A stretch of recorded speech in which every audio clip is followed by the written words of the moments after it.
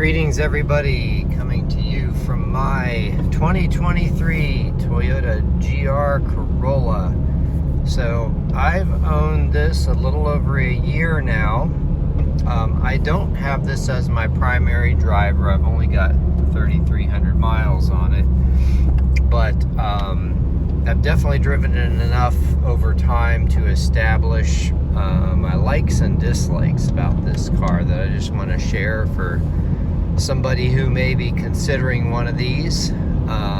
This is kind of the day-to-day stuff that you live with. The number one dislike I have of the car is the Drive Connect service that came with a trial. I did try it out. It works okay, but as I understand it, there's a huge downside of using that, and that is Toyota captures your personal information, including your driving habits, where you go.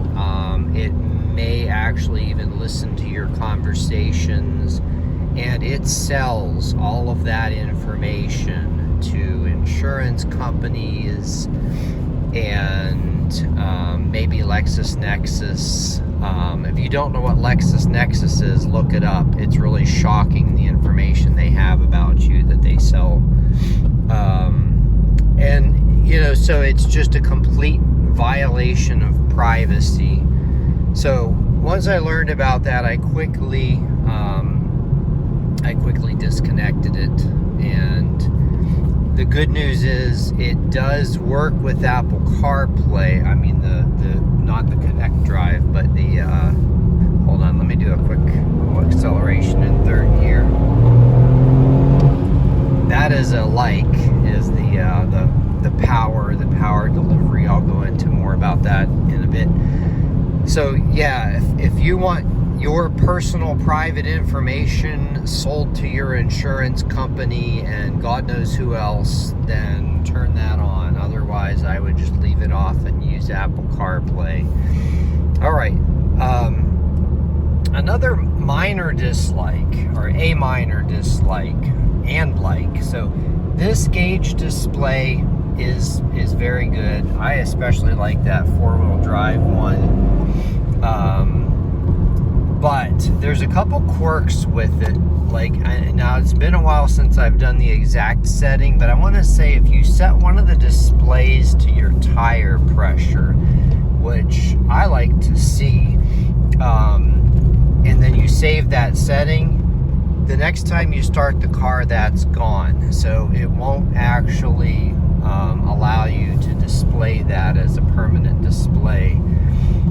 The other thing is, I've had several other cars that have had much more useful fuel economy average displays. This one is very unintuitive, and I don't think it'll let you like reset it and then just drive 500 miles or a full tank of fuel or whatever to get your MPGs for that.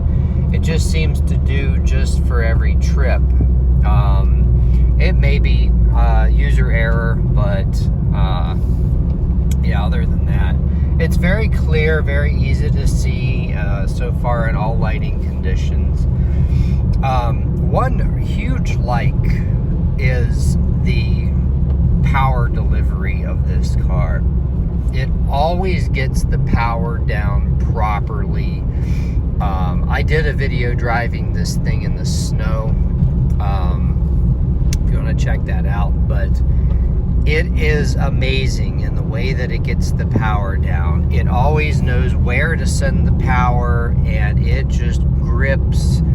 There's nothing like you experience in some front-wheel drive powerful cars. Like my Elantra N was horrible for wheel hop. I don't know if like the Civic Type R does that as well. It just does it right. Another huge like in this thing is the transmission. It's very mechanical feeling, and it is very precise. The shifter is very precise. The clutch engagement is very nice. and very easy to modulate, especially at higher RPM shifts and so forth.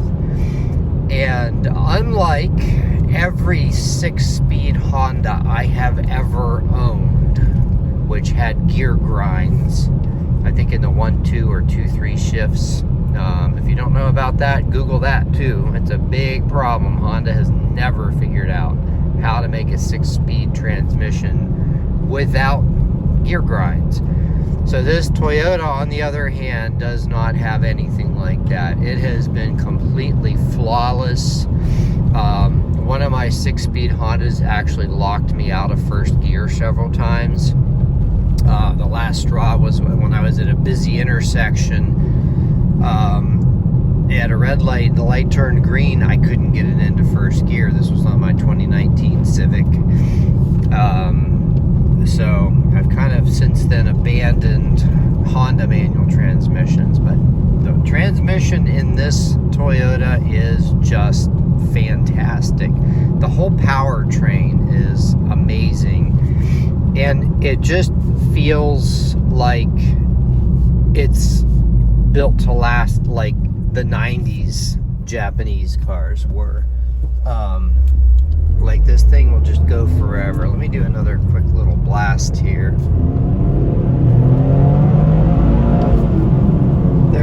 There's no torque steer or anything. Of course, you wouldn't really expect that on an all-wheel drive car. Turn the AC off. It just goes, the power gets laid down, it pulls hard, and it stays completely straight.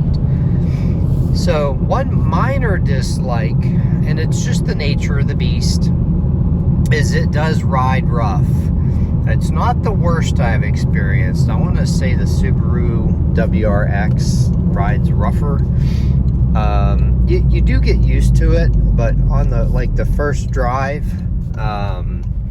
if you've never driven one before, it can be a little harsh.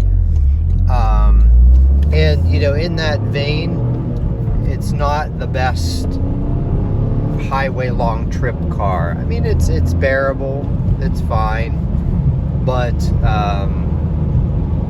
yeah, I'm gonna just plop that into 6th gear and go ahead and set the cruise. So that's another thing. You'll notice everything's lit up in green there. You have choices to turn these things on and off, but you've got automatic steering and radar controls. That's standard even on the core model, and it works quite well. I've had systems in higher end cars like Mercedes-Benz's. Like, see right here, it's steering for me on this road. Now, I don't completely trust it on these secondary roads. It's probably better on the highway, and I get a little nervous when cars are coming, even though it does fine. Ooh, my window is fogging up again. Yeah, see, that was a little too sharp for it to steer, so it beeps at me. So you can push this button here and turn that part of it off and still just have the cruise on, which is what I do a lot of times when I don't want it steering for me. It's never intrusive.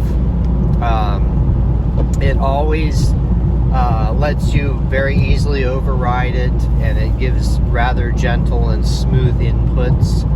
So it works well, not intrusive. It doesn't do things like some Mercedes-Benz's that will just yank you over if it gets a little close to the white line, or bounce between the lines or whatever. Yeah, I abandoned the system in cars like that. I don't know that it's necessarily that bad in every Mercedes, but the ones I've experienced it in, yeah, forget it. So that's a really good system as well. Now the seat comfort, it's kind of 6 of one, half dozen of the other. So the seat is well padded. It's got nice bolsters on it to hold you in place when you're taking corners and stuff like that. But you have no lumbar adjustment, and it's not entirely shaped correctly.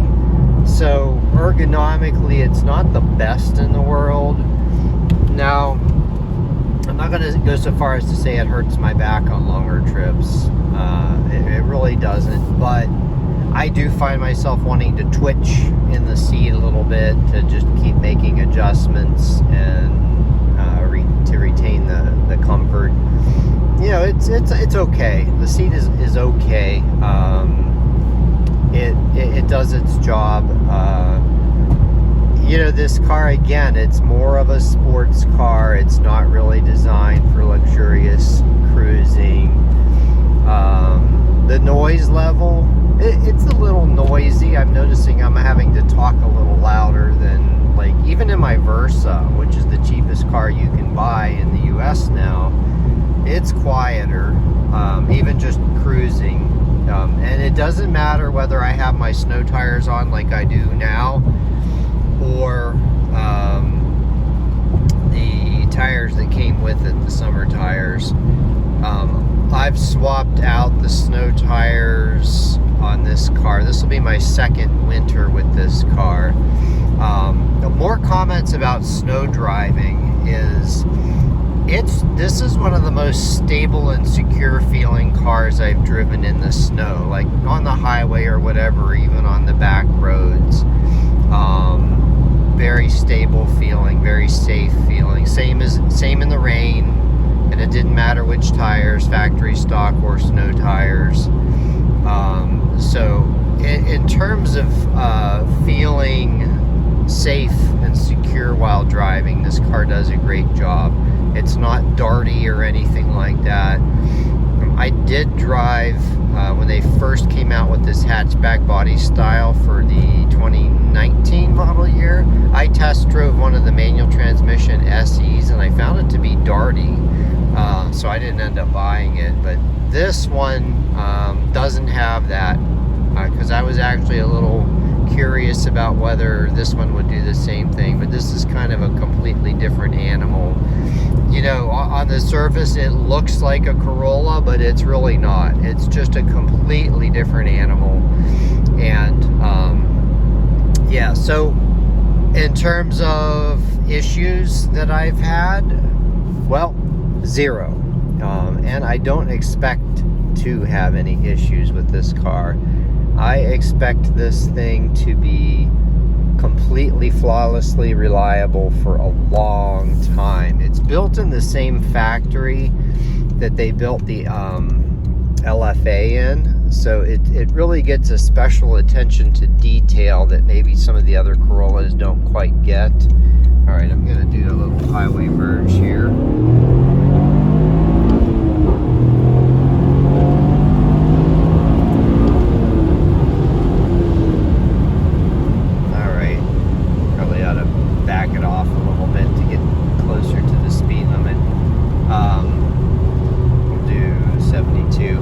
That's another minor dislike I just want to share now.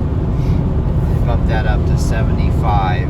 Okay, so I have had my race box in this car before, checking the speed on the speedometer versus the speed that the race box says, and I would have to say that the race box speed is very likely accurate. And this is the only car that I've done this test in that I've experienced this, but at 77, or like I have the cruise set, I'm actually only going 73, maybe 74, give or take. I think I did a video about that if you want to check it out. So the speedometer registers high, so keep that in mind. If you have a way to check that in your GR Corolla, check that, because you can think you're going to get to a place on a long trip within a certain amount of time and lose 20-30 minutes depending on how long the trip is, because you're actually going 4 or 5 miles an hour slower than you think you are. So that's another thing I've learned about this car during my ownership. Now that I'm on the highway, I'm going to go ahead and turn the steering on. So it doesn't let you keep your hands off the wheel for very long. It'll light up and then it will beep at you after a while. But see, like on these sweeping turns and coming up on a car, it does well. Once it beeps, I just kind of bump the steering wheel a little bit, and it puts me back to the mode. Now I'm turning my signal on and changing lanes. I gotta watch this car here because they came over for no reason. I kind of gotta watch them. Now they're speeding up. You always gotta watch out for other drivers on the road. That's a whole other topic. As long as you can, here's another little thing about the automatic steering. You can have your hand on the steering wheel, like I'm going to demonstrate here, but not actually put any pressure on it. I mean, it can be at any part of the steering wheel and it'll still not recognize it. It's when you jerk it like that, that's when it knows to go ahead and reset. So it's not sensing your hands on the steering wheel. It is sensing you actually providing steering input. Now this truck is coming over, so I'm just going to let the automatic distance following take care of that situation for me. As it is, it's slowing me down. There is another display, and also this is not that intuitive to use. This thing here, I wanted to flick this arrow up and down to get a different display other than the gear change or the gear, and it doesn't do that. It wants me to like do a whole bunch of different steps to get a different display in the middle. Like if I want to see the adaptive cruise. Now I think these side buttons, I may be able to scroll through that and get the adaptive cruise display. No, maybe I don't even have that one set. So, you know, that's just a minor nit. Again, it's probably user error. We'll go with that. But still, you know, when you have a car, it's nice when things work intuitively the way that you think they should, rather than having to deal with having to do a lot of fiddling, especially when you're driving. You don't want to do a lot of fiddling to try to get settings or displays up there. And again, it's doing a great job even in the rain of keeping my distance from this truck that got in front of me here. And it's steering. You know, I don't completely trust it, but yeah, you see it's getting a little close to that truck on the right for comfort. So I'm actually taking over now and kind of keeping to the left a little bit. So you really do have to pay attention to what it's doing. Let's see what it does when I let it pass this truck. Let's see how close it gets. See that? It doesn't help that truck is riding the line, because I think it looks at the lines. It doesn't necessarily pay attention to where the vehicle is. So just as long as you're aware and you are mindful of what it's doing, I still think it works well. I mean, I'll give it a good score as far as that goes. I like just the general tactile feel. The steering wheel feels really nice. The steering feedback and steering feel, even though it's electric power steering, it's pretty good.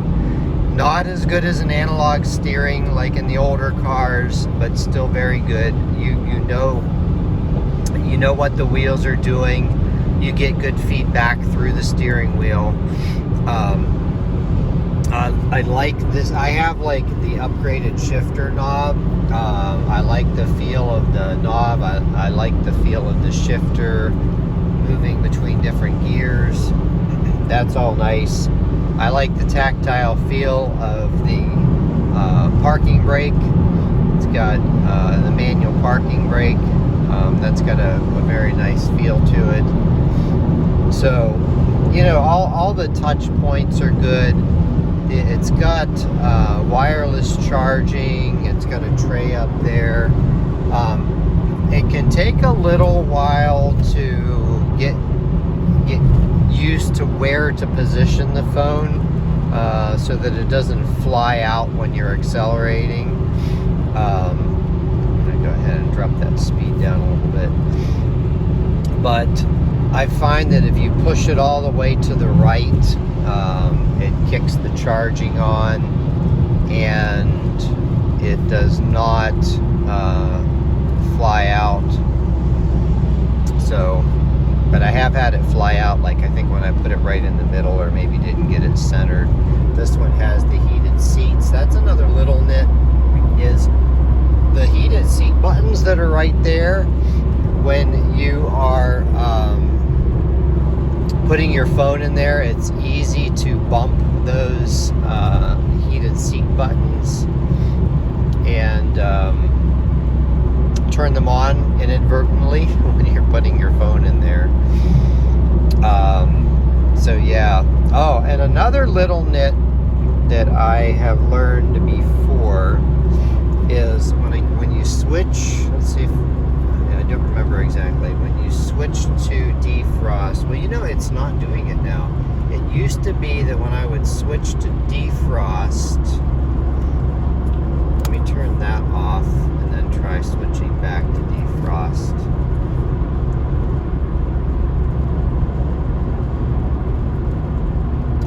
Maybe it's this button. No? Well, that's the rear one. Anyway, I'm doing a poor job of demonstrating what I'm trying to show you, but that's okay. I can tell you. One of the buttons would turn the recirc mode on. This one here automatically. I think it's when I push the correct defrost button. I don't know. It's not doing it now, but it has done it in the past, where it'll just turn that recirc on. And I don't like the recirc. I always want the fresh air to come out. So it's just something to play around with. You know, try the different exhaust settings, and not exhaust, HVAC settings, and see if you get any issues like that on yours. I think I did a video about that a while ago. You know, it's funny how fast a year goes, and I know I've done more videos on this car, but this one is kind of a more thorough about all the different things I've observed throughout the time of me owning the car. I think the only people who are really going to listen to this whole video are those who are considering buying one of these and want to know all the little details about it. So anyway, I think that's all I have to say about it. I would recommend one of these to anybody, and you can't really test drive these. That's the thing. They did let me test drive just around the parking lot, because I just wanted to get the feel of the clutch. I don't like a super heavy clutch because it kind of bothers my ankle. This one's not bad. Like, compared to my nephew's Porsche 911, you have to be a bodybuilder to work the clutch in that car, and that's not the case in this car. I'm going to go ahead and drop my cruise down. We'll call it 60 because it's coming up on 55 here. So the clutch is not that heavy, especially given the amount of power that this car has. It is a little firm, but not bad. Yeah, I just wanted to get the feel for the clutch engagement, the shifter engagement, and all that. They let me do that. I mean, it was like literally a 30-second test drive just around the parking lot. And after that, I just said, okay, let's do this. And you know, I wasn't actually planning on keeping this car that long, but there's just something about it that I really like. If you've never experienced the sound of a 3-cylinder engine, it's weird, but you get used to it. I'm so used to the 4-cylinder sound because that's what I've always had, and when I was younger, and especially in the sporty cars, always 4 cylinders. But you get used to the 3 cylinders, so it sounds more normal. It's kind of a little bit of an off sound. Some people say it sounds like a 6 cylinder. I don't think it does at all. It's got its own unique sound. Anyway, all right. Well, hopefully this benefited somebody who's considering one of these. And anyway, have a great day, everyone.